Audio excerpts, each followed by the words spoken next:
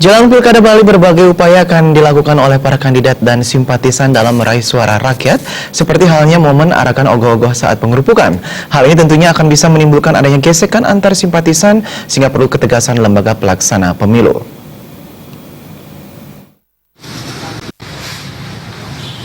Jelang Hari Raya Nyepi, setiap daerah di Bali sudah siap akan ogoh-ogoh yang akan diarak pada malam pengerupukan.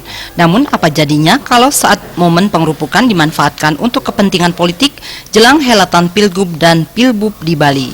Misalnya ogoh-ogoh yang dibuat cenderung secara tidak langsung menonjolkan partai tertentu atau calon tertentu.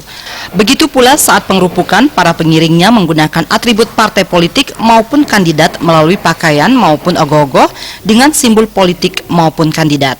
Menyikapi hal ini, anggota DPRD Bali, Cok Asmaru Putra Sukawati berharap Panwaslu bersikap tegas dalam menindak segala bentuk pelanggaran yang terselubung, karena tidak menutup kemungkinan pada paslon dan kandidat akan menggunakan berbagai cara untuk memenangkan kandidat yang diusung. Ketegasan ini sangat diperlukan sekaligus untuk menghindari terjadinya gesekan dari masing-masing tim pemenangan maupun simpatisan paslon. Ini yang memang harus diawasi oleh pengawas pemilu ya. Saya rasa kalau memang ada